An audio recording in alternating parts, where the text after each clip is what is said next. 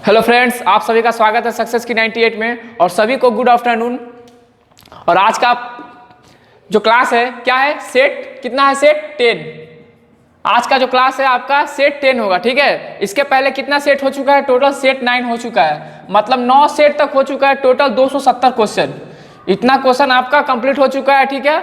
और आज आपका सेट 10 है, इसमें बहुत इंपॉर्टेंट क्वेश्चन है, ठीक है। जो मैग्नेटिक फील्ड, इलेक्ट्रिक करंट, ये सबसे लिया गया क्वेश्चन है। टॉप 30 क्वेश्चन होंगे, ठीक है। और ये सारे क्वेश्चन आपका रेलवे में आया हुआ क्वेश्चन है, ठीक है गाइज। तो इसमें किसी तरह का कोई गलती नहीं होना चाहिए और कम से कम 25 प्लस टारगेट लेके चलना है आप लोगों को, 25 प्लस टारगेट, ठीक है। इतना सही होना है कम से कम। तो आज के क्लास हम लोग स्टार्ट करते हैं और बहुत इजी क्वेश्चन है, पहला क्वेश्चन, ठीक है। इसमें तुक्का नहीं मारना है, ठीक है, कॉन्सेप्ट से बनाना है, ठीक है। पहला क्वेश्चन क्या पूछ रहा है, एक बद्ध सतह के अंदर n विद्युत डाइपोल अगर रख दिया जाए तो उससे निकलने वाला इलेक्ट्रिक फ्लक्स कितना होगा। तो पहले ये क्वेश्चन समझना है कि आखिर इलेक्ट्रिक फ्लक्स क्या होता है और डाइपोल क्या होता है, ठीक है। क्वेश्चन नंबर कितना है, 271। पहले क्या समझेंगे, इलेक्ट्रिक डाइपोल, उसके बाद इलेक्ट्रिक फ्लक्स। ये क्वेश्चन का आंसर बहुत इजी है, ठीक है। सभी का आंसर आ रहा है, अभी तक सबका डी आ रहा है, 0 आंसर होगा इसका आंसर क्या होगा, डी, 0, ठीक है। क्या बोल रहा है, एक क्लोज्ड सरफेस में, अगर एक क्लोज्ड सरफेस में n नंबर ऑफ डाइपोल रख दिया जाए तो इलेक्ट्रिक फ्लक्स कितना होगा। तो सबसे पहले डाइपोल क्या होता है, डाइपोल हमारा क्या होता है, इक्वल एंड अपोजिट चार्ज को एक कम दूर में रखा जाता है, ठीक है। मतलब एक शॉर्टेज डिस्टेंस में इक्वल एंड अपोजिट चार्ज को रखा जाता है एक d डिस्टेंस में, ठीक है। बहुत कम डिस्टेंस होता है दोनों का बीच में, ये आपका क्या होता है, डाइपोल बन जाता है। तो n नंबर ऑफ डाइपोल रखा गया है, तो इलेक्ट्रिक फ्लक्स क्या होगा। तो इलेक्ट्रिक फ्लक्स क्या होता है, हमारा नेट चार्ज देखते हैं, ठीक है। प्लस चार्ज क्या करता है, हमारा अवे होता है और माइनस क्या होता है, इनवर्ड होता है। तो एन क्यू हमारा क्या है, प्लस है, ठीक है। एन क्यू क्या है, प्लस। एन क्यू चार्ज हमारा यहाँ से निकलेगा, ठीक है, सरफेस से, और एन क्यू क्या आएगा, माइनस इनवर्ड होगा सरफेस में। तो टोटल कितना हो जाएगा, 0 हो जाएगा, ठीक है गाइज। तो इसका आंसर क्या होगा, डी होगा, 0। इसको नोट कर लीजिएगा। और ये सवाल बहुत इंपॉर्टेंट है, ठीक है। ये क्वेश्चन करने से पहले आपको इसका थ्योरी पढ़ना पड़ेगा, ठीक है, कि डाइपोल क्या होता है, इलेक्ट्रिक फ्लक्स क्या होता है, ये सभी आपको जानना है। और एक बात, इलेक्ट्रिक फ्लक्स को फाई से डिनोट करते हैं, ठीक है। ये भी आपका एग्जाम में आ सकता है, फाई से डिनोट करते हैं। फ्लक्स क्या होता है, चार्ज पर यूनिट एरिया, मतलब कि कितना चार्ज कितना एरिया से निकल रहा है, ठीक है। नंबर ऑफ चार्ज एरिया से कितना निकल रहा है, वही हमारा क्या होता है, फ्लक्स होता है। अगला क्वेश्चन, विद्युत चुंबकीय प्रेरण में प्रेरित चार्ज किस पर निर्भर नहीं करता है, ठीक है। यहाँ पे क्या पूछा है, induce charge does not depend upon, किस पे डिपेंड नहीं करता है। तो क्या होगा, इसके आंसर कमेंट करके बताएं। और ये क्वेश्चन तो समझ में आया होगा क्या पूछा जा रहा है, ठीक है। इंड्यूस चार्ज किस पे डिपेंड नहीं करता है, ठीक है। तो इसका आंसर क्या होगा, बी। इसका आंसर क्या होगा, B, time rate of change, ठीक है। इसका आंसर क्या होगा आपका, B, time rate of change of magnetic field, magnetic flux. चुंबकीय प्रवाह के परिवर्तन को चुंबकीय प्रवाह के परिवर्तन पर क्या करता है, निर्भर नहीं करता है, ठीक है गाइस। परिवर्तन का समय, इसको नोट कर लीजिए। और ये जितना सारा आपका क्वेश्चन है, ये जो 2 क्वेश्चन हुआ 271 और 272, ये दोनों क्वेश्चन आपका क्या है, मैग्नेटिक फील्ड और इलेक्ट्रिक फील्ड से रिलेटेड क्वेश्चन है, ठीक है guys. Next question, Lenz law. यहाँ पे क्वेश्चन क्या पूछा जा रहा है, लेंज लॉ किस पे डिपेंड करता है, यानी किस पर निर्भर करता है, कौन से लॉ फॉलो करता है। हम लोग ऐसे भी समझ सकते हैं कि लेंज लॉ कौन से लॉ को फॉलो करता है। पहला क्या दिया, चार्ज, दूसरा मोमेंटम, तीसरा एनर्जी और चौथा क्या है, मास। तो इसका आंसर क्या होगा आप लोगों का, एनर्जी होगा, क्या होगा, एनर्जी, सी। लेंज लॉ जो होता है वो एनर्जी पे निर्भर करता है, ठीक है। लेंज लॉ स्पेशली किसके लिए बनाया गया है, एनर्जी के लिए। ये एनर्जी के लॉ को फॉलो करता है, ठीक है। ऑप्शन सी होगा आपका। नेक्स्ट क्वेश्चन, एक चुंबकीय क्षेत्र किसके द्वारा उत्पादित किया जाता है, यानी यहाँ पे पूछा जा रहा है मैग्नेटिक फील्ड को हम लोग कैसे उत्पन्न कर सकते हैं, क्या क्या कंडीशन हो सकता है, ठीक है। तो ऑप्शन के अनुसार हम लोग को चेक करना है, ए मूविंग चार्ज ओनली, ठीक है। पहला ऑप्शन क्या दिया है, अगर चार्ज गतिशील अवस्था में हो। दूसरा क्या दिया है, इलेक्ट्रिक फील्ड को अगर चेंज कर दिया जाए तीसरा क्या बोल रहा है, बोथ ए एंड बी, और चौथा क्या दिया, नन ऑफ दिस। तो इसका आंसर आपका क्या होगा, सी होगा, ठीक है, both A and B, both A and B. यानी अगर हम लोग एक चार्ज को, मान लिया जाए ये एक चार्ज है, ठीक है, ये चार्ज को अगर मूव कराया जाए तो अभी क्या होगा, मैग्नेटिक फील्ड का निर्माण होगा, ठीक है, मैग्नेटिक फील्ड का निर्माण होगा। और इलेक्ट्रिक फील्ड, अगर इलेक्ट्रिक फील्ड को हम लोग चेंज करें तभी क्या होगा, मैग्नेटिक फील्ड का निर्माण होगा। यानी अगर सिंपल भाषा में हम लोग क्या कर सकते हैं, अगर एक वायर में करंट फ्लो कराएंगे तो क्या होगा, मैग्नेटिक फील्ड क्या होगा, उत्पन्न होगा, ठीक है। ये सब हम लोग बायो-सेवर्ट लॉ, एम्पियर्स लॉ और स्टेट लॉ में पहले पढ़ चुके हैं, ठीक है। तो ये सब 7-8 का चीज है, आपका कॉन्सेप्ट चीज कम से कम बुक अच्छा से पढ़े, ठीक है, उसके बाद यहाँ का कॉन्सेप्ट आपका क्लियर होगा। और अभी तक आपका क्या क्या कंप्लीट हो चुका है, लेंस कंप्लीट हो चुका है, मिरर कंप्लीट हो चुका है, तो इलेक्ट्रिक फील्ड आपका बचा है, ठीक है, यानी इलेक्ट्रिक करंट बचा है, उसके बाद क्या बचा है, मैग्नेटिक फील्ड बचा है। तो ये सब भी आपका क्या होगा, करा दिया जाएगा, ठीक है, कंप्लीट करा दिया जाएगा एग्जाम से पहले। और ये सभी क्वेश्चन आपका क्या है, बहुत इंपॉर्टेंट है। अभी तक जितना भी क्वेश्चन आया है सब क्या था, आपका इलेक्ट्रिक फील्ड से रिलेटेड था, ठीक है, ये सभी आपको पहले करा दिया जाएगा, ठीक है। इस वीक में आपका इलेक्ट्रिक फील्ड भी करा दिया जाएगा। जितने भी चार्ज के बेस पे न्यूमेरिकल बनते हैं और क्वेश्चन बनते हैं वो सभी आपको करा दिए जाएंगे। 275 क्या पूछ रहा है, the SI unit of resistance. तो ये तो क्वेश्चन आप लोग को बहुत इजी लग रहा होगा, क्या होगा इसका आंसर, कमेंट करके बताएं। इसमें आपको ऑप्शन भी चेक नहीं करना है, ठीक है। रेजिस्टेंस का एसआई यूनिट क्या होता है, ओम होता है, क्या होता है, ओम। ऑप्शन क्या दिया है, डी, ओम, ठीक है गाइस। रेजिस्टेंस का एसआई यूनिट क्या होता है, ओम होता है। और रेजिस्टेंस बराबर क्या होता है, इसको नोट कर लीजिएगा, किसी भी वायर का रेजिस्टेंस क्या होता है, रेजिस्टिविटी L/A, ये होता है, ठीक है, इसको नोट कर लीजिएगा। रेजिस्टेंस को हिंदी में क्या बोलते हैं, प्रतिरोध बोलते हैं, ठीक है, प्रतिरोध बोलते हैं। ये हमारा क्या है, प्रतिरोधकता है, ठीक है। और ये क्या है, लंबाई बाई एरिया। यानी किसी वायर में अगर एरिया, किसी वायर का क्रॉस सेक्शन अगर ज्यादा हो तो क्या होगा, रेजिस्टेंस उसका कम होगा, ठीक है। अगर लंबाई ज्यादा हो तो क्या होगा, रेजिस्टेंस ज्यादा होगा। अगर रेजिस्टिविटी ज्यादा हो यानी वो मटेरियल का गुण होता है, ठीक है, अगर ये ज्यादा हो तो क्या होगा, ये भी ज्यादा होगा। तो ये सभी आपको, ये फॉर्मूला बहुत इंपॉर्टेंट है, ये केवल देखने में बहुत छोटा लग रहा है लेकिन इसके अंदर बहुत सारा कॉन्सेप्ट है, ठीक है। अगर आपको क्वेश्चन क्या पूछा जाएगा, लंबाई बढ़ा दिया जाए तो रेजिस्टेंस बढ़ेगा या नहीं, चौड़ाई बढ़ा दिया जाए या मोटाई तो रेजिस्टेंस बढ़ेगा या नहीं। तो ये सब आपका क्वेश्चन आता है, ठीक है, एग्जाम में। तो इस क्वेश्चन को बहुत समझना है, इसको नोट कर लीजिएगा। क्या होता है, आर आपका लंबाई के प्रोपोर्शनल होता है, ठीक है, और आर क्या होता है, विलोमानुपाती होता है एरिया का। यानी अगर मोटाई बढ़ाएंगे तो क्या होगा, रेजिस्टेंस घट जाएगा, ठीक है, और लंबाई बढ़ाएंगे तो क्या होगा, रेजिस्टेंस बढ़ जाएगा। रेजिस्टेंस मीन्स क्या, प्रतिरोध। ये सब आपका कॉन्सेप्ट है, ठीक है, इसको नोट कर लीजिए। नेक्स्ट क्वेश्चन क्या पूछा जा रहा है, धारा प्रवाहित होने पर एक सीधे लंबे सोलेनोइड के भीतर चुंबकीय क्षेत्र, यानी एक सोलेनोइड में अगर करंट पास किया जाए,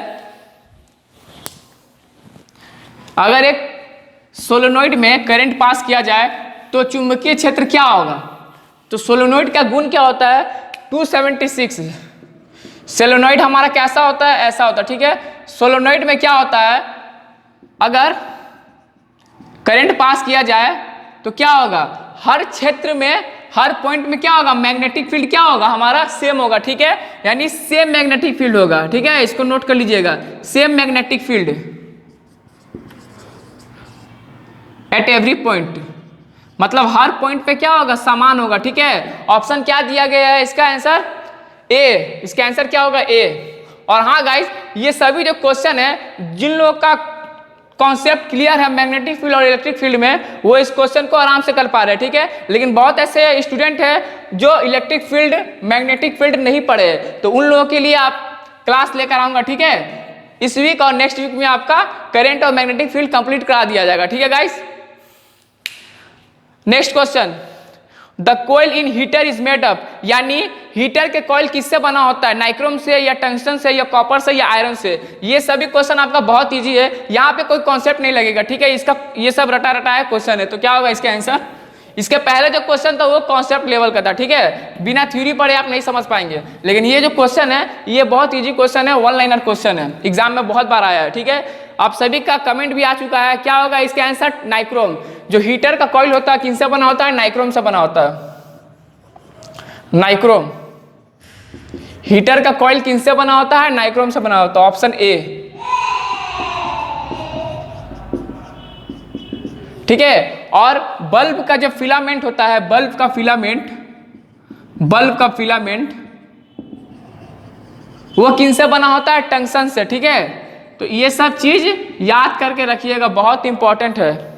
नेक्स्ट क्वेश्चन, निर्वात में केवल गुरुत्व की क्रिया के तहत एक पिंड यानी एक वस्तु को स्वतंत्र रूप से नीचे गिराया जाता है तो क्या स्थिर रहेगा? यानी एक वस्तु, जैसे ये वस्तु है, इसको अगर स्वतंत्र रूप से नीचे गिरा दिया जाए तो क्या कांस्टेंट रहेगा? यानी यहाँ पे पूछा गया है स्थिरांक, स्थिरांक क्या रहेगा?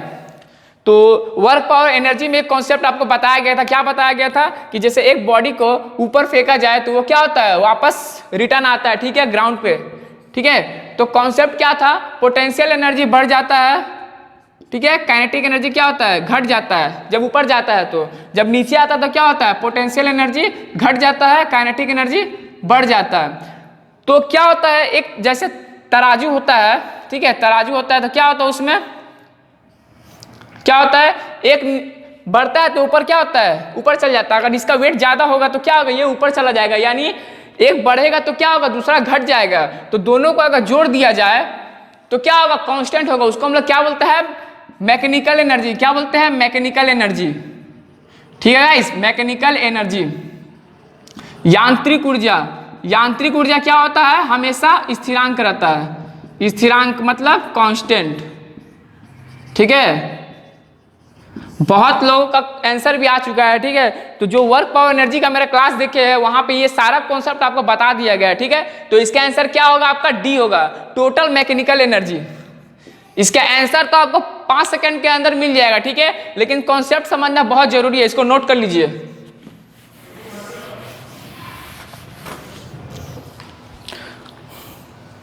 नेक्स्ट क्वेश्चन क्या पूछा जा रहा है? निम्नलिखित में से कौन सा सामान्य उपकरण म्यूचुअल प्रेरण के सिद्धांत पर काम करता है, यानी म्यूचुअल इंडक्शन के प्रिंसिपल पर काम करता है? इनमें से कौन सा है? ट्यूबलाइट, ट्रांसफार्मर, फोटोडायोड या एलईडी? क्या होगा इसके आंसर? एक बार कमेंट चेक कर लूं। सभी का आंसर आ रहा है बी, ट्रांसफार्मर। क्या होगा? बी होगा, ठीक है, ट्रांसफार्मर, ट्रांसफार्मर, ठीक है गाइस। हाँ, ऑप्शन क्या होगा? बी होगा, ठीक है। बहुत लोगों का फोटो डायोड भी आया है, लेकिन कॉन्सेप्ट क्लियर करना, फोटो डायोड नहीं होगा, ठीक है, ट्रांसफार्मर होगा। नेक्स्ट क्वेश्चन क्या पूछा जा रहा है? एक व्यक्ति द्वारा जमीन पर डाला गया दबाव सबसे अधिक होता है। तो ये क्वेश्चन बहुत इजी क्वेश्चन है, ठीक है। इसमें आपको कॉन्सेप्ट से समझना पड़ेगा। जैसा मान लिया जाए बॉडी, जैसे कोई भी बॉडी है, कोई भी वस्तु है, इसको समझना है पहले। कोई भी वस्तु है, एक वस्तु का सारा भार कहां पर केंद्रित होता है? सेंटर पर होता है। कहां पर होता है? सेंटर पर केंद्रित होता है, या एक पॉइंट पर केंद्रित होता है, ठीक है, एक पॉइंट पर केंद्रित होता है। अगर एक व्यक्ति, जैसे हम लोग खड़े हैं, एक व्यक्ति अगर एक अंगूठे पे खड़ा हो जमीन पर, तो क्या होगा? मनुष्य का सारा वेट क्या होगा? उस अंगूठे पे आकर क्या होगा? स्टोर हो जाएगा। तो सबसे ज्यादा फोर्स कहां लगेगा? जब एक व्यक्ति अपने पैर के एक अंगूठे पर खड़ा हो, ठीक है। तो इसका आंसर क्या होगा आपका? 280 का, when he stands on the twos of 1 foot, यानी पैर के एक अंगूठे पे जब जमीन पे खड़ा होगा तो क्या होगा? उसका सारा वेट जमीन पे लगेगा, ठीक है, सबसे ज्यादा वेट। इसका आंसर बी होगा। और खुद ट्राई करके इसको देख सकते हैं, ठीक है, खुद उसको ट्राई करके देख सकते हैं। जब वह पैर के अंगूठे पर खड़ा होगा, यानी पैर का एक अंगूठा पे खड़ा होगा, तो क्या होगा? जमीन पे सबसे ज्यादा वेट लगेगा, ठीक है। ऑप्शन बी होगा, 280 का क्या होगा? बी। अगला question, which has maximum conductivity, यानी यहाँ पे सबसे ज्यादा चालकता पूछा जा रहा है। क्या होगा इसका आंसर? सबसे ज्यादा चालकता किसका होता है? कॉपर का होता है, ठीक है, कॉपर। कॉपर को हम लोग कैसे दर्शाते हैं? Cu से, ठीक है गाइस, कॉपर होगा इसका। इसको हिंदी में क्या बोलते हैं? तांबा। तो ये सभी चीज आपको जानकर रखना है, ठीक है, बहुत इजी है। एलिमेंट ऑफ डी ब्लॉक, यानी डी ब्लॉक के एलिमेंट को क्या कहा जाता है? तो जिन लोगों ने पीरियोडिक टेबल का क्लास देखा होगा मेरा, पीरियोडिक टेबल का, उनके लिए ये क्वेश्चन बहुत इजी है, ठीक है, इसमें कोई डाउट नहीं है। क्या होगा? डी ब्लॉक के एलिमेंट को क्या कहा जाता है? Transition element. क्या होगा? Transition element. Option A, transition element, transition element. ठीक है गाइस, क्या होगा इसका आंसर? ट्रांजिशन एलिमेंट, संक्रमण तत्व। और हाँ गाइस, जिन लोगों को पीरियोडिक टेबल का थ्योरी देखना है वो सक्सेस की 98 के प्लेलिस्ट में जाके, जनरल साइंस के प्लेलिस्ट में जाकर पीरियोडिक टेबल देख सकते हैं, ठीक है। वहां पे आपको सारा कॉन्सेप्ट बता दिया गया है। 1.5 आवर का आपका वीडियो है, ठीक है, 1.5 घंटा का वीडियो है, जो कि पूरा फुल्ली कॉन्सेप्ट है। इसमें आपका आधा केमिस्ट्री कंप्लीट है, ठीक है, बहुत इंपॉर्टेंट है पीरियोडिक टेबल, ठीक है गाइस। और मेरा क्लास आपका दोपहर 2 बजे आता है, ठीक है। डेली कितना आता है? संडे को छोड़कर कितना? 2 बजे आता है दोपहर में। अगला क्वेश्चन, सबसे हल्की धातु कौन सी है? तो इसमें किसी तरह का कोई शंका नहीं होना चाहिए। क्या होगा इसका आंसर? सबसे हल्की धातु। ये सभी क्वेश्चन क्या आपका रिपीटेड क्वेश्चन है। क्या होगा? लिथियम। सबसे हल्का धातु क्या है? ए, लिथियम, लिथियम होगा, ठीक है गाइस। और इसी तरह अब बता सकते हैं कमेंट करके कि लिथियम का एटॉमिक नंबर कितना होता है, ठीक है, 284। निम्नलिखित में से कौन सा तत्व कमरे के तापमान पर तरल अवस्था में नहीं होता है, यानी सॉलिड स्टेट में होता है या गैस अवस्था में होता होगा, लेकिन लिक्विड अवस्था में नहीं होता है, ठीक है, 284। क्या होगा? ऑप्शन क्या दिया? सोडियम, ब्रोमीन, मरकरी या सीजियम। तो इसका आंसर क्या होगा आपका? Sodium, option A. सोडियम जो होता है रूम टेम्परेचर यानी 25 डिग्री हम लोग बोल सकते हैं, 25 डिग्री सेंटीग्रेड, ठीक है गाइस, 25 डिग्री सेल्सियस बोल सकते हैं, या रूम टेम्परेचर। रूम टेम्परेचर पे क्या होता है? सोडियम आपका क्या होता है? लिक्विड स्टेट में नहीं रहता है, ठीक है, सॉलिड स्टेट में रहता है या और किस में रहता होगा, लेकिन लिक्विड स्टेट में नहीं रहता है, ठीक है। Does not exist in liquid state. Liquid का मतलब क्या होता है? तरल। तरल अवस्था में क्या होता है? नहीं रहता है, ठीक है गाइस।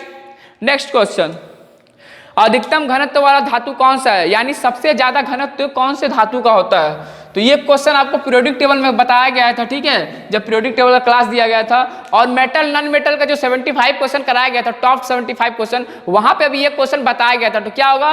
Option D, ocimum. क्या होगा? ओसियम, ओसियम। सबसे ज्यादा आपका क्या होता है? घनत्व इसी का होता है, ठीक है, सबसे ज्यादा घनत्व क्या होता है? इसी का होता है, मोर डेंसिटी। नेक्स्ट क्वेश्चन, सबसे समान लेंथेनाइट कौन सा है? ऑप्शन क्या दिया है? सीरियम, प्लूटोनियम, सेमेरियम और नन ऑफ दिस। ऑप्शन के अनुसार आप लोगों को चेक करना है, ठीक है। यानी सबसे यहाँ पे कॉमन पूछा गया है, सबसे सामान्य लेंथेनाइट क्या होगा? इसका आंसर 286 सीरियम। सीरियम क्या होता है आपका? सबसे कॉमन लेंथेनाइट होता है, ठीक है, कॉमन लेंथेनाइट, लेंथेनाइट, ठीक है। ये आपका कैसा दिखता है? सिल्वर का जैसा दिखता है, ठीक है, सिल्वर का जैसा दिखता है, सिल्वर कलर के जैसा। और हाँ गाइस, ये आपको लोग कमेंट करके बता सकते हैं लेंथेनाइट में कितने एलिमेंट होते हैं, ठीक है, टोटल लेंथेनाइट कितना होता है और टोटल एक्टिनाइट कितना होता है, ये कमेंट करके बताएं। और लेंथेनाइट पीरियोडिक टेबल में कौन से ग्रुप से स्टार्ट होता है, कौन से पीरियड में रहता है, ठीक है, ये सभी आप लोग कमेंट करके बता सकते हैं, ताकि यहाँ पे आप लोग अपने आप को खुद जज कर पाएंगे कि हाँ, आप पहले जो पिछला क्लास आपका जो मिस हो चुका है या पहले पढ़ चुके हैं, वहां का कॉन्सेप्ट आपका क्लियर है कि नहीं, ठीक है। नेक्स्ट क्वेश्चन, निम्नलिखित में से सबसे छोटा धनायन कौन सा है, यानी यहाँ पे सबसे स्मॉलेस्ट कैटायन पूछा जा रहा है। तो ये क्वेश्चन में आपका किसी तरह का कोई डाउट नहीं होना चाहिए, ये क्वेश्चन कहाँ से लिया गया है? पीरियोडिक टेबल से लिया गया है। और ये क्वेश्चन का जो कॉन्सेप्ट था, ये क्वेश्चन आपको बता दिया गया था, सबसे छोटा धनायन पूछा जा रहा है, मतलब स्मॉलेस्ट कैटायन, स्मॉलेस्ट कैटायन। तो यहाँ पे ऑप्शन के अनुसार चेक करना पड़ेगा, क्या दिया है? सोडियम प्लस, उसके बाद मैग्नीशियम 2 प्लस, फ्लोरीन माइनस और बेरिलियम प्लस प्लस। तो सबसे कम तो बेरिलियम का होता है एटॉमिक नंबर, और उसके बाद प्लस प्लस भी है, इसके मतलब क्या होगा? सबसे छोटा वही होगा, ठीक है, बेरिलियम प्लस प्लस। बेरिलियम का ऐसे एटॉमिक नंबर कितना होता है? हाइड्रोजन, हीलियम, लिथियम, बेरिलियम 4 होता है, ठीक है, 4 होता है। प्लस प्लस दिया, इसका मतलब 2 इलेक्ट्रॉन पहले से निकल गया, तो कितना बचा? केवल 2 इलेक्ट्रॉन बचा। तो 2 इलेक्ट्रॉन बचेगा तो क्या होगा? बेरिलियम सबसे छोटा होगा, ठीक है। ऑप्शन क्या होगा इसका? डी। इसको नोट कर लीजिए। अभी तक जितना भी क्वेश्चन आ रहा है, पहले आपका जो क्वेश्चन था वो क्या था? मैग्नेटिक फील्ड से रिलेटेड क्वेश्चन था और इलेक्ट्रिक फील्ड से, जो कि वो थ्योरी आपका ये सैटरडे फ्राइडे सैटरडे को करा दिया जाएगा, ठीक है। और जो इस अभी जो क्वेश्चन चल रहा है वो कहाँ का आपका पीरियोडिक टेबल का क्वेश्चन लिया गया है, ठीक है। ये भी क्वेश्चन आपका वही है, साइज के ऊपर डिपेंड कर रहा है, ठीक है। यहाँ पे क्या पूछा गया है, ए प्लस, ए माइनस और ए, तीन आपका एलिमेंट है, ठीक है। उसमें आपको ऑर्डर सजाना है कि सबसे बड़ा कौन है, सबसे छोटा कौन है, ये सब आपको करना है। तो क्या होगा इसका आंसर,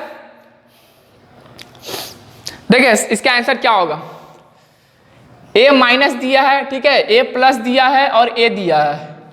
तो जब माइनस प्लस जब चार्ज नहीं होता तो क्या होता है, उसको उदासीन अवस्था बोलते हैं, ठीक है। इसको हम लोग क्या बोलेंगे, उदासीन अवस्था बोलेंगे। अब देखते हैं इसमें एक चार्ज, अगर एक इलेक्ट्रॉन ये ग्रहण करता है, अगर ये एटम इलेक्ट्रॉन लेता है तो क्या बन जाता है, ए माइनस बन जाता है, ठीक है।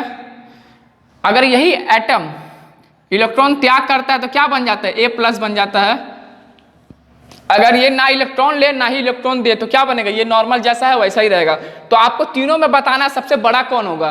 तो आपको बताया गया था कि जब इलेक्ट्रॉन की संख्या बढ़ जाती है तो क्या होता है, रिपल्सन होता है। रिपल्सन यानी क्या होता है, विकर्षण होता है, ठीक है, रिपेल होता है।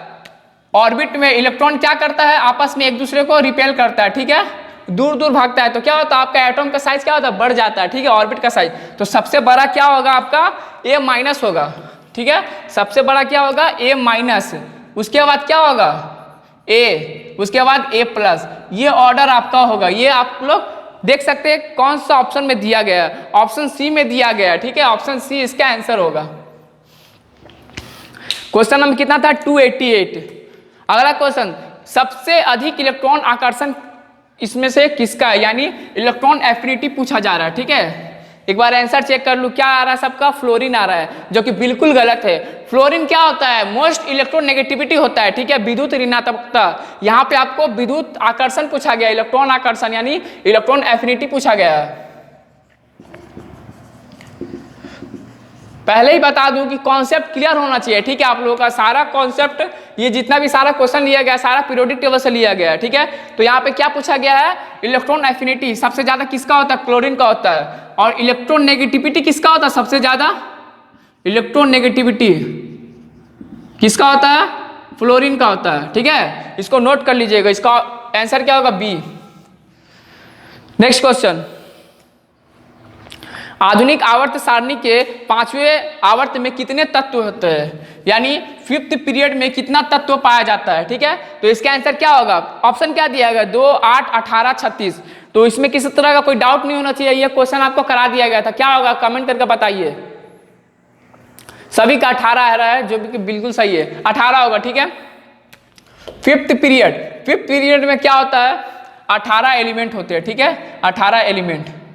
अब इसको याद कैसे करना है, तो पहला बात, पीरियड कितना होता है, एक पीरियोडिक टेबल में टोटल 7 होता है, ठीक है। तो हम लोग उसको ऐसे याद करते हैं, first period, second period, third period, fourth period, 5th period, 6th period और 7th पीरियड, ऐसे हम लोग नोट कर लिए, ठीक है। जैसे फोन नंबर याद करते हैं वैसे हम लोग याद कर सकते हैं, 2, 8, 8, 18, 18, 32, 32, बहुत ईजी है, ठीक है, याद हो जाएगा। पहला पीरियड में 2 एलिमेंट, दूसरा पीरियड में 8 है, तीसरा में भी 8, चौथा में 18, पांचवा में 18, ठीक है। इस तरह से जैसे हम लोग फोन नंबर याद करते हैं वैसे इसको याद कर सकते हैं, बहुत इजी। इसका आंसर क्या होगा, ऑप्शन सी, 5th पीरियड में 18 एलिमेंट रहते हैं, ठीक है। नेक्स्ट क्वेश्चन, अंगोरा ऊन किससे प्राप्त होता है, यानी अंगोरा वूल किससे प्राप्त किया जाता है। तो इसका आंसर क्या होगा, रैबिट। ऑप्शन क्या होगा, ए, रैबिट, ऑप्शन ए, रैबिट, ठीक है। रैबिट से क्या होता है, यानी खरगोश से अंगोरा ऊन प्राप्त किया जाता है, rabbit, option A. Next question क्या पूछा जा रहा है, स्कर्वी, यानी मसूरे में जो खून निकलना होता है, मसूरे से खून निकलता है उसको स्कर्वी कहते हैं, ठीक है। यह भी क्वेश्चन आपका आ सकता है कि मसूरे से खून निकलना क्या होता है, स्कर्वी होता है, ठीक है।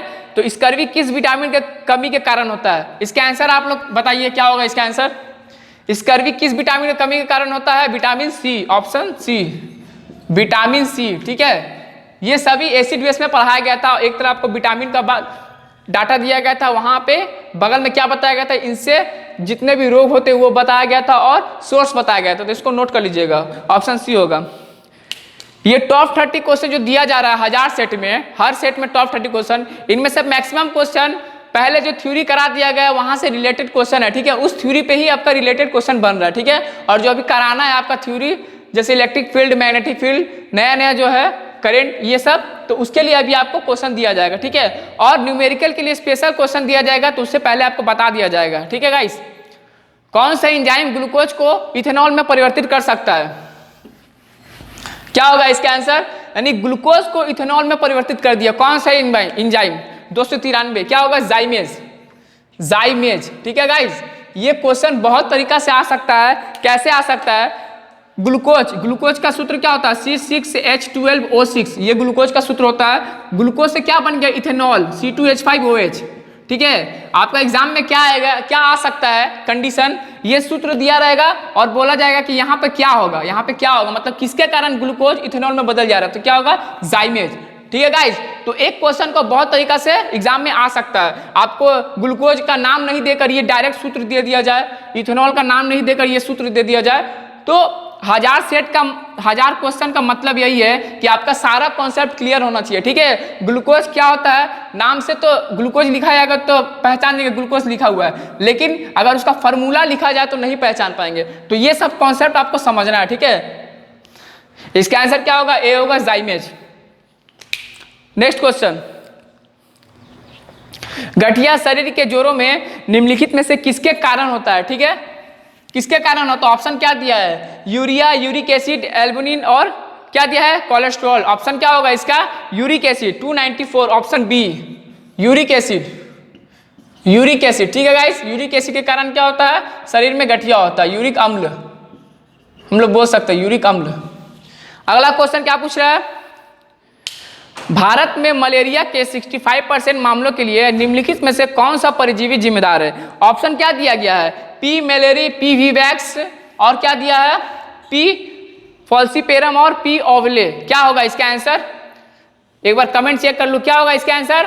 पी वीवैक्स। सभी का आपका आंसर आ रहा है P vivax, option B, P vivax. India में 65% जो केस है, मामला है, वो किस, उसका जिम्मेदार कौन है? पी वीवैक्स, मलेरिया के लिए, ठीक है। ऑप्शन क्या होगा? B, P vivax. 296, sliding friction is filling the blanks दिया हुआ है और आपको बताना है कि स्लाइडिंग फ्रिक्शन, पहले क्वेश्चन को अच्छा से पढ़ना है, ठीक है। आप लोग क्वेश्चन देख लीजिए क्या पूछ रहा है। क्वेश्चन क्या पूछा है? स्लाइडिंग फ्रिक्शन रोलिंग फ्रिक्शन से ज्यादा होता है या कम होता है या बराबर होता है, यह आपको बताना है, ठीक है। तो क्या होगा? स्लाइडिंग का मतलब क्या होता है? स्लाइड करना। जैसे कोई भी वस्तु है, जैसे मान लिया जाए ये एक रास्ता है, ठीक है, ये वस्तु है, बॉडी है, ये मूव कर रहा है, स्लाइड। स्लाइड का मतलब क्या होता है? जस्ट स्लाइड करना। और रोलिंग का मतलब क्या होता है? रोल करके जाना। तो सबसे आसान कौन सा है? सबसे आसान स्लाइडिंग होगा या रोलिंग होगा? पहले ये कमेंट करके बता, सबसे आसान कौन होगा, स्लाइडिंग या रोलिंग? मूव के लिए किसी वस्तु का अगर मूव कराएंगे तो सबसे आसान क्या होगा? रोलिंग होगा, ठीक है। सबसे आसान रोलिंग होता है। तो फ्रिक्शन अब यहाँ पे आ गया है। तो फ्रिक्शन क्या होता है? खुरदरापन, यानी फ्रिक्शन हमारा क्या होगा? खुरदरापन होता है। फ्रिक्शन का उल्टा क्या होता है? स्मूथ, चिकना, ठीक है। फ्रिक्शन का उल्टा क्या होता है? स्मूथनेस। तो जितना कम फ्रिक्शन होगा उतना क्या होगा? उतना अच्छा वस्तु क्या होगा? मूव करेगा, ठीक है। तो रोलिंग फ्रिक्शन क्या होता है आपका? कम होता है स्लाइडिंग फ्रिक्शन से, यानी स्लाइडिंग फ्रिक्शन ज्यादा हो जाएगा। इसको नोट कर लीजिए, sliding friction, sliding friction greater than, ठीक है, ग्रेटर देन होगा रोलिंग फ्रिक्शन से। अगर स्लाइडिंग फ्रिक्शन ज्यादा होगा तभी ना रोलिंग आसानी से हो जाएगा, ठीक है। तो फ्रिक्शन जितना कम होगा, फ्रिक्शन जितना कम होगा वस्तु क्या होगा? उतना अच्छा मूव करेगा, ठीक है। इसको नोट कर लीजिएगा। ऑप्शन क्या दिया है? बी। अगला क्वेश्चन क्या पूछ रहा है? तरल पदार्थ द्वारा उत्सर्जित घर्षण बल को क्या कहा जाता है? यानी फ्लूइड, फ्लूइड के कारण जो फ्रिक्शनल फोर्स उत्पन्न होता है उसको नया नाम दिया गया है, ठीक है, स्पेशल नाम दिया जाता है। क्या नाम दिया जाता है? ड्रैग, ऑप्शन बी, ड्रैग दिया जाता है, ठीक है, option B, drag. Fluid, fluid का मतलब क्या होता है? तरल बोल सकते हैं, ठीक है। फ्लूइड, इसके कारण फ्लूइड में आपका गैस भी आता है, ठीक है। फ्लूइड के कारण जो फ्रिक्शनल फोर्स उत्पन्न होता है, फ्रिक्शन उत्पन्न होता है, उसको क्या कहा जाता है? ड्रैग कहा जाता है, ठीक है गाइस। ऑप्शन क्या दिया है? बी। अगला क्वेश्चन क्या पूछ रहा है? 4 बच्चों को बढ़ते क्रम में रोलिंग, ठीक है, उसके बाद स्लाइडिंग, घर्षण के कारण बलों की व्यवस्था करने के लिए कहा गया है, ठीक है। तो उनके व्यवस्था नीचे दी गई, यानी आपको 4 ऑप्शन दिया गया है। 4 बच्चों को बताया गया था ये कि सबसे ज्यादा, सबसे कम और एवरेज में कौन सा होगा, ठीक है। रोलिंग होगा, ये स्लाइडिंग होगा, ये स्टैटिक होगा, तो ये आपको बताना है, ठीक है गाइज। ऑप्शन के अनुसार आपका आंसर होगा। क्वेश्चन नंबर कितना है? 298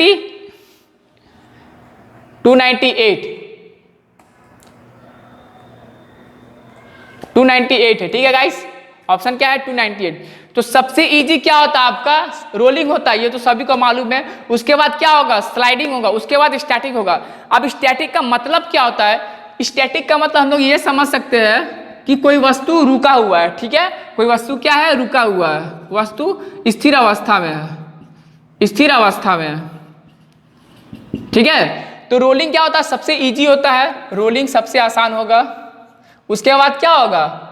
उसके बाद स्लाइडिंग, और उसके बाद क्या होगा? स्टैटिक, ठीक है।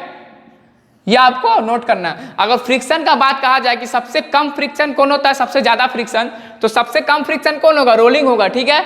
उसके बाद स्लाइडिंग, और सबसे ज्यादा फ्रिक्शन स्टैटिक।